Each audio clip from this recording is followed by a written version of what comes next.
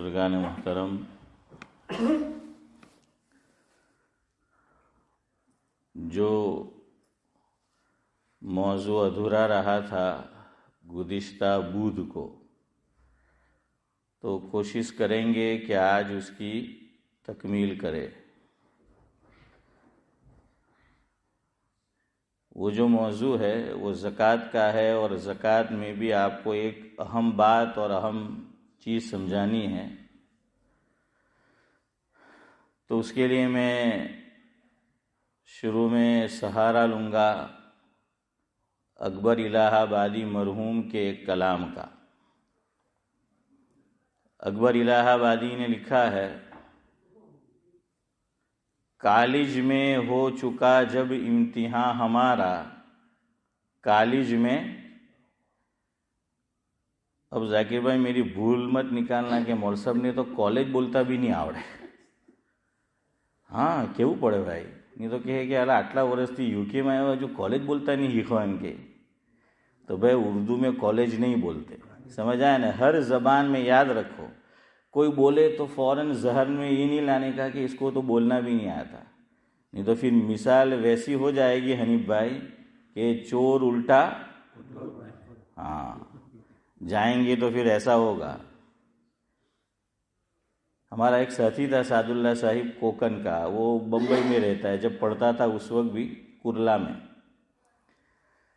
اس کے والد دبئی میں ہوا کرتے تھے،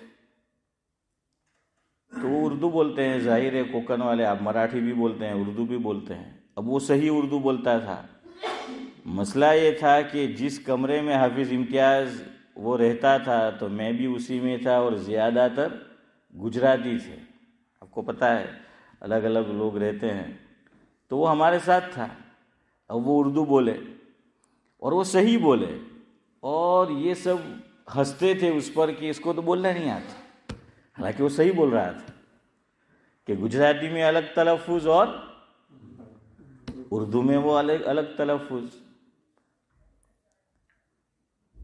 تو کرکٹ کے شوقین تھے ہم، پڑھنے کے زمانے میں بھی دارالعلوم اشرفیہ میں جب پڑھتا تھا تو اس وقت بھی ہم نے کرکٹ کھیلی ہے، بلکہ اتنا چسکا تھا اسماعیل بھائی کہ کمرے کے اندر بھی کرکٹ کھیلتے تھے، وہ چھوٹا سا کمرہ، اس میں بھی چھٹی کے بعد۔ تو وہ بیچارہ بولتا تھا، یہ میں نے اس لیے کہا کہ تو اگلی بات آپ کو سمجھ آئے گی، تو وہ کہتا تھا کہ بیٹ بال لاؤ، ہمیں کرکٹ کھیلنا ہے۔ کیا بولتا تھا؟ بیٹ بال، ہم لوگ بولتے ہیں بال، کیا بولتے ہیں؟ بال، تو گجراتی میں بال کہتے ہیں گیند کو۔ اب وہ کہتا تھا بال، اب گجراتی والے جو ہیر ہے اس کو بال بولتے ہیں۔ اب مسئلہ یہ ہے، تو وہ صحیح بولتا تھا۔ وہ حسن بھائی کیا کہتا تھا کہ بلہ اور بال لاؤ، ہاں گیند، تو گیند بھی بول سکتے ہیں، وہ بال۔ تو لوگ ہنستے تھے کہ تو بال کیوں بولتا ہے، تو وہ بال کی بیچارے کھال نکالتے تھے بیچارے کی، تو وہ صحیح بولتا تھا۔ خیر ایسا ہوتا ہے۔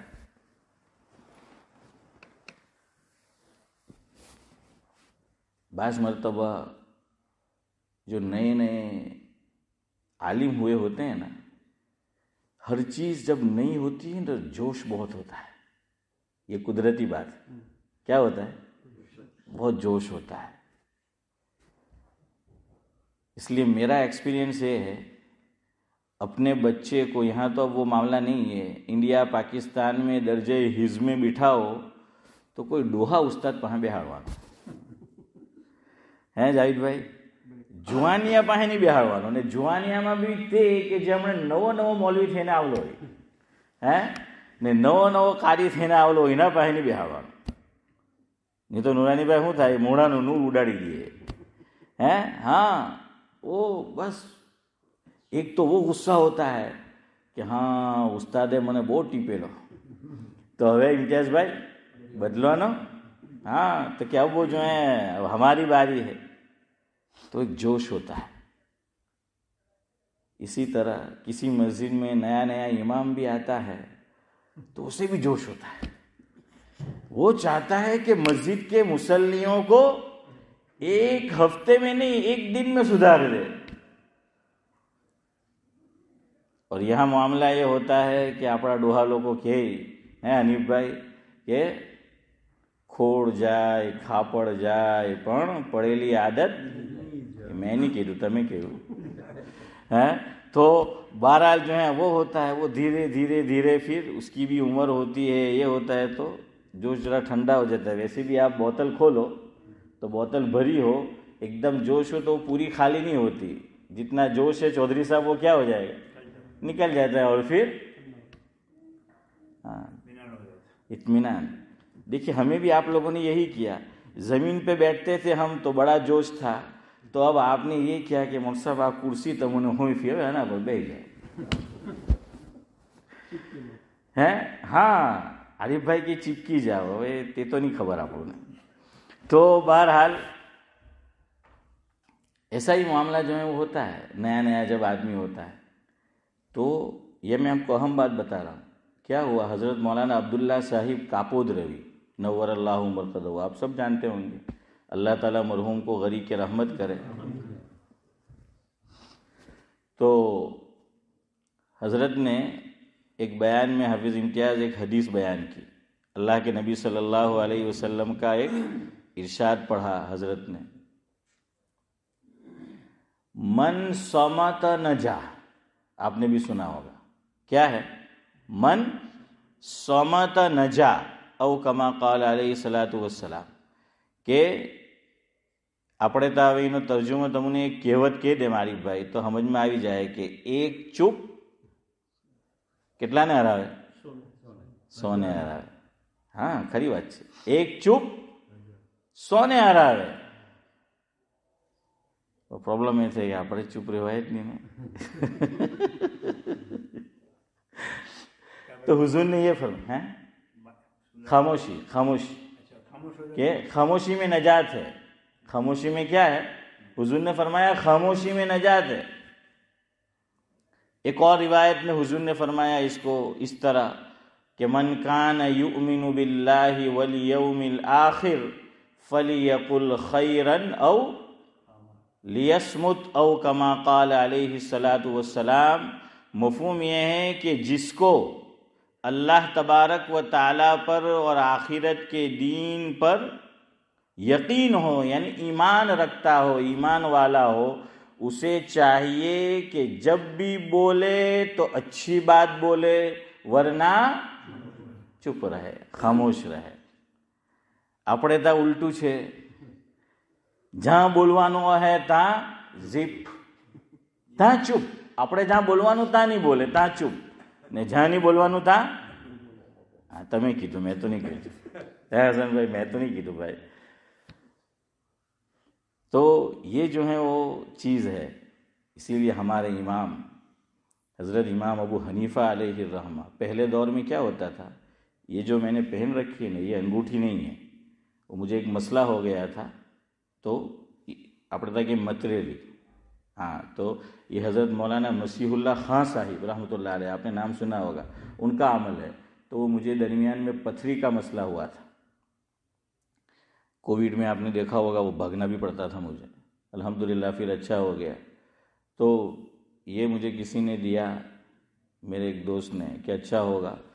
تو کیا ہوا مسجد کہ ایک دن میں مسجد آنے والا تھا, گیا بیت الخلاء میں ٹوائلٹ میں پیشاب کرنے کے لیے بیٹھا تو پیشاب کے راستے سے وہ پتھری نکل گئی. تو میں نے میرے ڈاکٹر پر پہلے تو فوٹو بھیجا کہ یہ کیا ہے, تو انہوں نے کہا کہ لے کر آ. تو جا کر بتایا تو اس کی جسامت یہ بڑی تھی.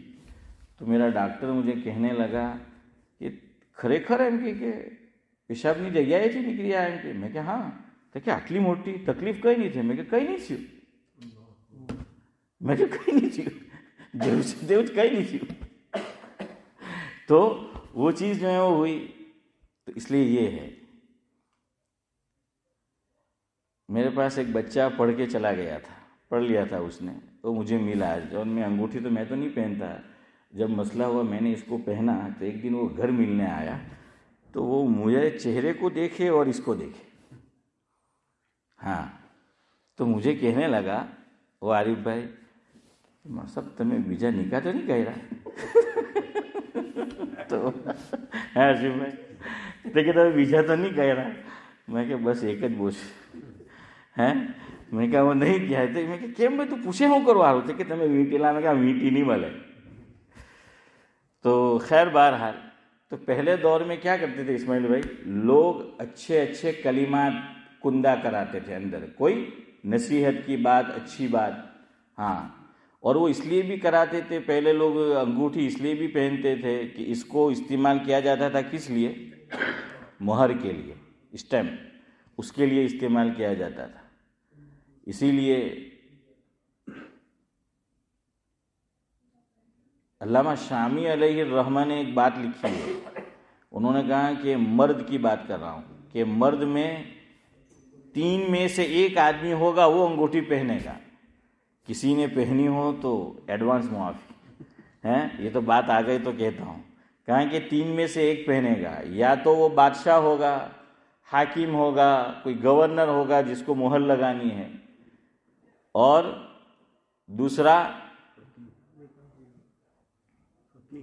دوسری بات انہوں نے یہ لکھی کہ یا تو وہ پاگل ہوگا, کیا ہوگا, مجنون ہوگا. کہا کہ یہ تو زیور کے زمرے میں آتی ہے, اور زینت اختیار کرنا, زیورات پہننا, یہ کس کو زیب دیتا ہے, عورتوں کو, ہے نا, عورتیں اس کو پسند کرتی ہے. تو کہا کہ انگوٹھی کا کیا کام ہے, નવી નવી શાદી થાય તો ચાંદીની તો પહેરવું પડે, નહીં તો પછી હવુમાં. ہاں, لیکن سونے کی اجازت نہیں ہے. خیر چلے, بات کہیں سے کہیں نکل جائے گی. تو حضرت امام ابو حنیفہ علیہ الرحمہ نے کندہ کرایا تھا اپنی انگوٹھی میں, قل الخیر وإلا فاسکت, کہ یا تو اچھی اور بھلی بات کہو یا چپ رہو. ہاں, یا تو پھر چپ رہو. اب ہمارے یہاں میں نے کہا نا وہی معاملہ الٹا, કોઈ મારા જેવો જજ્બાતી જ્યાં બોલવાનું છે ત્યાં બોલવા જેવું બી હોય, નહેલાને ખબર કે હવે બોલવાનું, કારણ કે એવું એમ રિએક્શન ખબર પડે કે હવે આ બોલવાનો છે, હે અનિલભાઈ, તો એ અમુક લોકો શું કે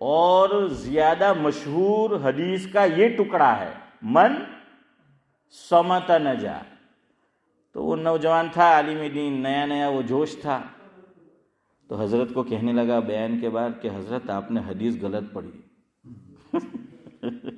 کیا فرمایا کہ حضرت آپ نے حدیث کو غلط پڑھا ہے. ارے بڑے لوگوں کو بات بتانی بھی ہو چودھری صاحب تو ایک طریقہ ہوتا ہے نا, بڑوں کو بتانے کا بھی ایک طریقہ ہوتا ہے, ایک ادب ہوتا ہے.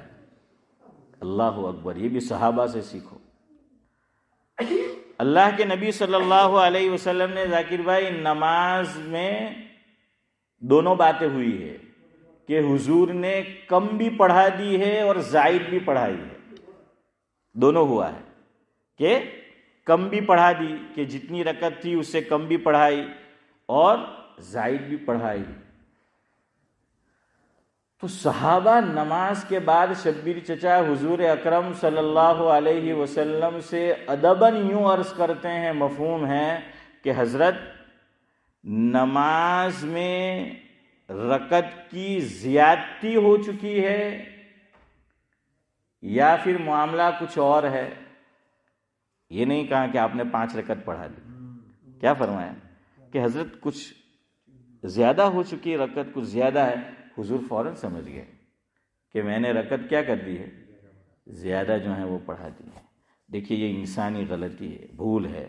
علامہ شبیر احمد عثمانی نور اللہ مرقدہ نے بخاری شریف کی تقریر حضرت کی چھپی ہوئی ہے فضل الباری کے نام سے, اس میں ایک جگہ پر حضرت نے فرمایا جس کا مفہوم یہ ہے جو کام جو عمل شان نبوت کے منافی نہیں تھا، اللہ تبارک و تعالی نے عملی طور پر پریکٹیکلی طور پر خود اللہ کے نبی صلی اللہ علیہ وسلم سے کرایا ہے،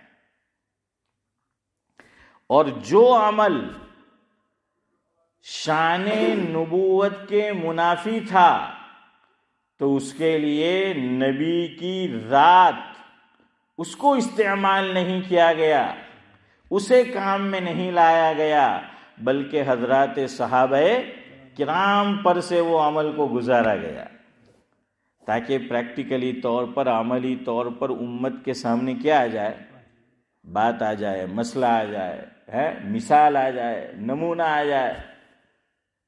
تو یہ نماز کے اندر غلطی ہو جانا، سہو ہو جانا، بھول ہو جانا، یہ شان نبوت کے خلاف سعد اللہ صاحب نہیں ہے۔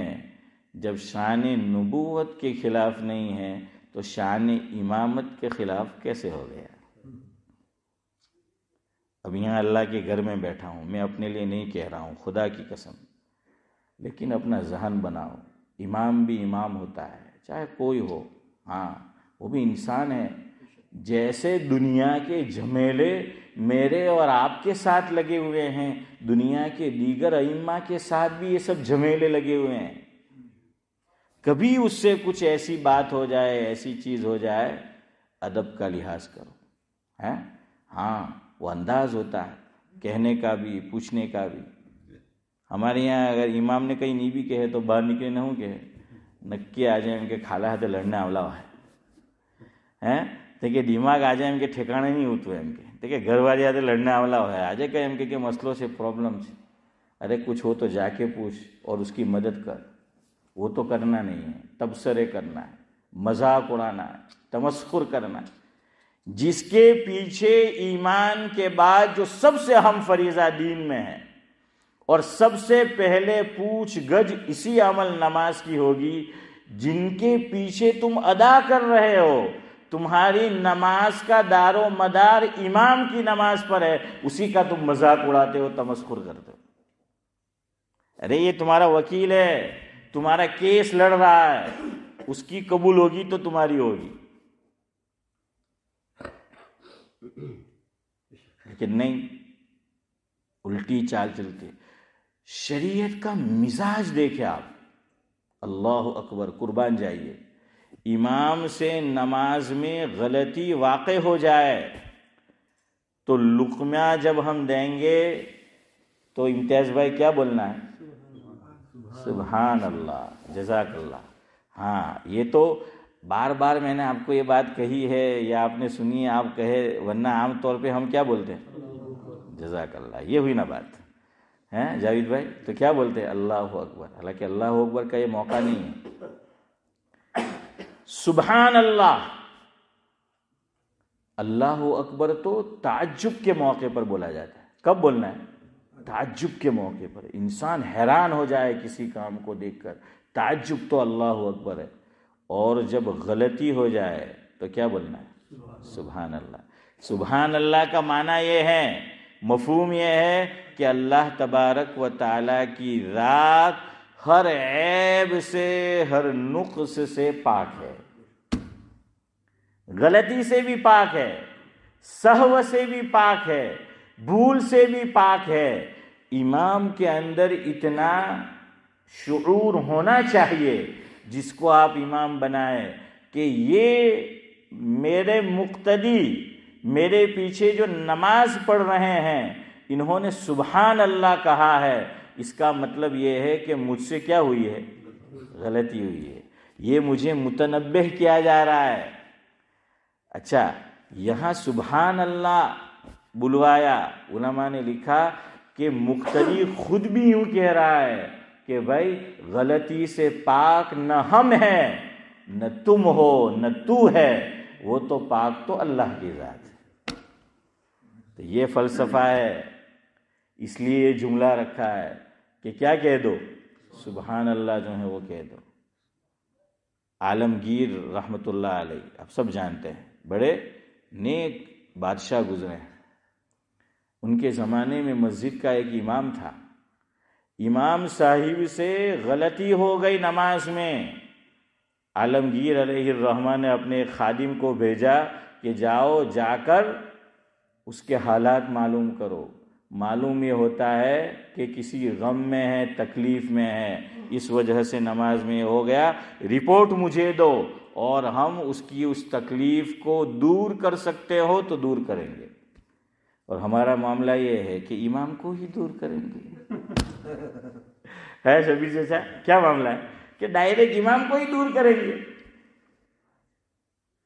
یہ مینٹلٹی ہے۔ ہمارے یہاں بدلاؤ نہیں آتا، انقلاب نہیں آ رہا ہے، زندگی ہماری میری عملی جیسی تھی ویسی ہی ہے۔ کیوں؟ جس راستے سے جس طرح سے چلنا چاہیے وہ ہے ہی نہیں ہمارے یہاں، ہمارے اندر۔ تو یہ بتایا۔ اچھا ایک بات یاد آ گئی، حضور صلی اللہ علیہ وسلم سے بھی سہو ہوا نماز میں، اللہ اکبر، صدیق اکبر تو صدیق اکبر ہے۔ شاعر مشرق علامہ اقبال نے کتنی پیاری بات کہی، گرچہ ہمارے علماء نے اس میں کچھ ترمیم کی ہے۔ اقبال کا حنیف بھائی وہ مشہور زمانہ ہے، وہ مصرع ہے، کیا ہے کہ پروانے کو چراغ ہے بلبل کو پھول بس، پروانے کو چراغ ہے بلبل کو پھول بس، صدیق کے لیے ہے خدا کا رسول بس۔ یہ محبت تھی کہ پروانے کو چراغ ہیں بلبل کو پھول بس، صدیق کے لیے ہیں خدا کا رسول بس۔ لیکن اس میں اللہ کا ذکر نہیں آیا، اس لیے ہمارے علماء نے کہا توحید تو توحید ہے، اللہ اللہ ہے، نبی نبی ہے، پہلا مقام کس کا ہے؟ اللہ کا ہے۔ ہاں اس لیے گھر میں اللہ محمد لکھا کرو، سیدھے ہاتھ پہ کیا لگاؤ؟ اللہ اور محمد۔ ہاں کلمے میں بھی دیکھے کون مقدم ہے، لا الہ الا اللہ محمد الرسول اللہ۔ تو اس لیے ہمارے علماء نے کہا کہ نہیں، اقبال نے محبت میں غرق ہو کے اس کو لکھا ہے، لیکن اس میں کچھ ترمیم کریں گے، اور یوں تھوڑی سی خالی واو بڑھا دیا، اور واو عربی والا بڑھایا ہے جاوید بھائی، اور پڑھ کے انگلش والا واو ہے، ہاں اشرف بھائی، تو وہ ہو گیا کہ پروانے کو چراغ ہیں بلبل کو پھول بس، صدیق کے لیے ہیں خدا و رسول بس۔ خدا اور رسول، خدا اور رسول بس۔ صدیق اکبر کی ایک تمنا یہ کتابوں میں ذکر کی، ایک کاش کہ میں انسان نہ ہوتا، میں حضور کا وہ سہو ہوتا جو حضور سے نماز میں ہوا۔ کیا پیار تھا کہ میں وہ حضور کا وہ سہو ہوتا، وہ بھول ہوتی، وہ عمل ہوتا کہ میں گویا کہ سہو کو ایک جسم دے دیا جائے۔ کیا دے دیا جائے؟ کہ بھائی سہو کو ایک جسم دے دیا گیا کہ صدیق اکبر ہاشم بھائی کہ وہ ہوتا، کہ میں وہ ہوتا۔ خیر چلے، آپ کو زکوٰۃ کے تعلق سے بتانا ہے آگے، تو ایک اہم چیز آپ کو بتانی تھی، اس لیے میں نے اس کا سہارا لیا کہ اکبر مرحوم نے کہا ہے کہ کالج میں ہو چکا جب امتحان ہمارا، سیکھا زبان یہ کہنا ہندوستان ہمارا، رقبے کو کم سمجھ کر اقبال بول اٹھے۔ رقبے کو، رقبہ سمجھتے نا، رقبے کو کم سمجھ کر اقبال بول اٹھے،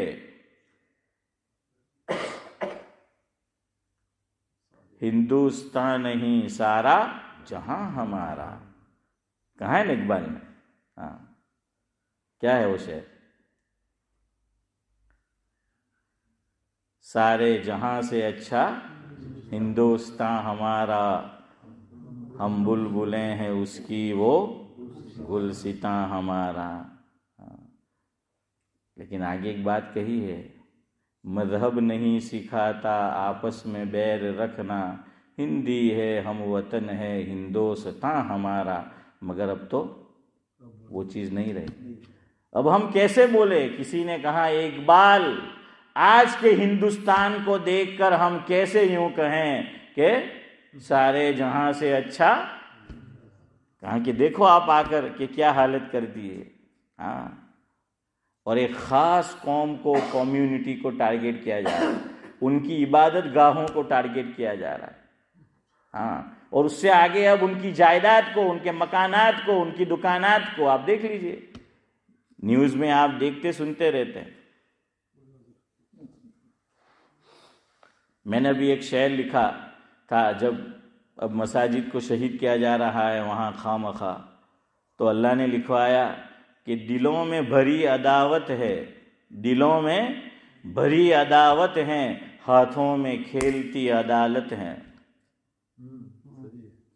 اب تو وہی ہو گیا. اب تو وہ ڈائریکٹ فیصلہ کہاں سے لے کر آتے؟ ارے اس سے آگے، ہاں، جس مسجد کو شہید کیا گیا تو سارے جو ڈاکیومنٹ ہے وہ مسجد کے حق میں، جج نے یہ ججمنٹ لکھا فیصلے کے اندر کہ بابری مسجد کے نیچے کوئی مندر نہیں تھا ہی نہیں یہاں پر. لیکن ہم چونکہ یہاں کی جو کمیونٹی ہے جنہوں نے دعویٰ کیا ہے وہ بہت بڑی تعداد میں ہیں، کثیر ان کی تعداد ہے، وہ بہومت میں ہیں، اور ان کی یہاں آستھا ہے، مانیتا ہے، تو اس بنا پر ہم ان کے لیے اس کا فیصلہ کرتے ہیں. یہ کوئی بات ہوئی؟ عدالت آستھا پہ چلا کرتی ہے. ارے عدالت تو ہمارے یہاں تو وہ مشہور بات ہے کہ عدالت کیا مانگتی ہے؟ پروف، ثبوت مانگتی ہے. بولتے ہیں نا کہ عدالت تو ثبوت سے فیصلہ کرتی ہے. سارے ثبوت ہے کہ یہ مسجد تھی، اور لکھا انہوں نے، آج بھی لکھا ہوا ہے، آخری فیصلہ انہوں نے لکھا یہاں مندر نام کی کوئی چیز تھی ہی نہیں. اور اس کے بعد بھی آپ دیکھو اب عدالتوں سے ہو رہا ہے.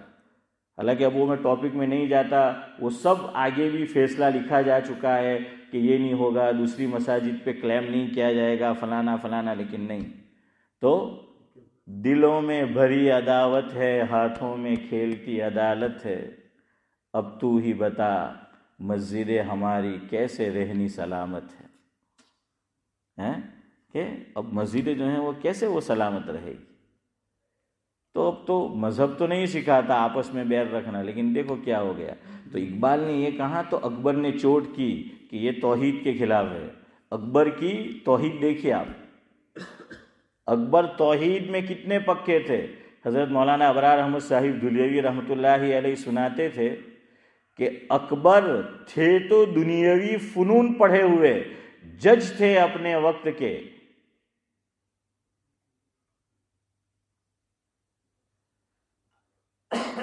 لیکن ان کی ذہنیت ٹھیٹھ دینی تھی. یہ حضرت کے الفاظ ہے، جس کو آج کی زبان میں بولتے کٹر وادی. کیسی ذہنیت چودھری صاحب؟ کٹر وادی جس کو بولتے. ایسی اکبر کی جو ہے وہ سوچ تھی. تو اس لیے اکبر نے کہا کہ اقبال کیا کہا، یہ کہا تم نے، رقبے کو کم سمجھ کر اقبال بول اٹھے، ہندوستان کیسا سارا جہاں ہمارا. آگے حسن بھائی وہ لکھتے ہیں توحید دیکھو، مگر یہ سب غلط ہے. اکبر کہتے ہیں مگر یہ سب غلط ہے، یہی کہنا یہی ہے لازم. مگر یہ سب غلط ہے، کہنا یہی ہے لازم. جو کچھ ہے سب خدا کا، وہم و گماں ہمارا. بڑی بات کہی اگر آپ نے سمجھے ہو تو، کہ جو کچھ ہے سب خدا کا، وہم و گماں ہمارا. خالی وہم ہے کہ مرو بنگلو، خالی گمان ہے یہ میری پراپرٹی، یہ میری دکانیں، میں ملینر، میں بلینر. فرمایا صرف وہم ہے، گمان ہے، آدمی خوش ہوتا رہتا ہے. کچھ نہیں ہے، سب کچھ اللہ کا ہے. اسی لیے کل قیامت میں اللہ تعالیٰ قرآن کریم کہتا ہے کہ اعلان کریں گے لمن الملک اليوم، کہ دنیا کے بادشاہ آ جائے، بڑے بڑے حاکم آ جائیں، سکندر آ جائے، اور ذرا مجھے یہ بتائے کہ آج حکومت کس کی ہے، بادشاہت کس کی ہے. فرمایا کہ کچھ نہیں، کسی کی نہیں، للہ الواحد القہار. اسی کو اکبر نے کہا، اور یہی تعلیم دی ہے مجھے اور آپ کو اسلام نے، لیکن ہمارا ذہن اس طرف نہیں جاتا. ہاں، کیا تعلیم دی؟ دوسرا پارہ سورہ بقرہ، لیکن ہم نے اس کو ایک خاص موقع کے لیے خاص کر لیا ہے کہ اللہ نے کیا فرمایا کہ وَلَنَبْلُوَنَّكُمْ بِشَيْءٍ مِّنَ الْخَوْفِ وَالْجُوعِ وَنَقْصٍ مِّنَ الْأَمْوَالِ وَالْأَنفُسِ وَالثَّمَرَاتِ وَبَشِّرِ الصَّابِرِينَ الَّذِينَ إِذَا أَصَابَتْهُم مُّصِيبَةٌ. اگلی بات سمجھنے کی ہے. قَالُوا اِنَّا لِلَّهِ وَإِنَّا إِلَيْهِ رَاجِعُونَ. کہ اِنَّا لِلَّهِ وَإِنَّا إِلَيْهِ راجعون. کوئی انتقال کر گیا تو اس موقع پر کیا پڑھنا ہے؟ اِنَّا لِلَّهِ وَإِنَّا إِلَيْهِ راجعون. کیا معنی؟ ہم سب اللہ تعالی کی ملکیت ہے. یہ آپ کو سمجھانا، ملکیت زکوٰۃ میں. اور اکبر نے کہا وہم و گما ہمارا کچھ نہیں ہے، سب کچھ اللہ کا ہے، صرف وہم و گما ہے کہ ہم اللہ تعالیٰ کی ملکیت ہے، اور جانے والا بھی اللہ تعالیٰ کی ملکیت تھا. اللہ کو اپنی ملکیت میں حق ہے، جب چاہے، جہاں چاہے، جیسے چاہے، جسے چاہے اپنے پاس بلا لے. آج یہ گیا، کل ہماری باری ہے. اور شاعر نے کہا کہ موت سے کس کو رستگاری ہے، آج وہ کل ہماری باری ہے. فرمایا اللہ کی ملکیت ہے. بھائی میرے پاس مان لو کہ 10 پیالیاں ہوں اور مجھے الماری میں رکھنا ہے. جو کچھ پیالیاں چھوٹی ہے، کچھ درمیانی ہے، کچھ بڑی ہے. تو عام طور پر لوگوں کا ذہن ہوتا ہے سب سے پہلے کس کو رکھتے ہیں؟ ہاں، پھر اسی طرح ہوتا ہے. لیکن میری ملکیت ہے، اب میں چھوٹی کو اوپر رکھ دوں الماری میں، ترتیب میں بدل دوں. جاوید بھائی મને આવી નહીં કે મૌલસા સાહેબ યાર આવું તો નહીં સારું લાગે હે, એમ કે જેને નીચે હોવું જોઈતું હતું તેને ઉપર હોવું જોઈએ, ઉપર તમે મૂક્યું ને ઉપર જે છે તેને નીચે જેવું હતું.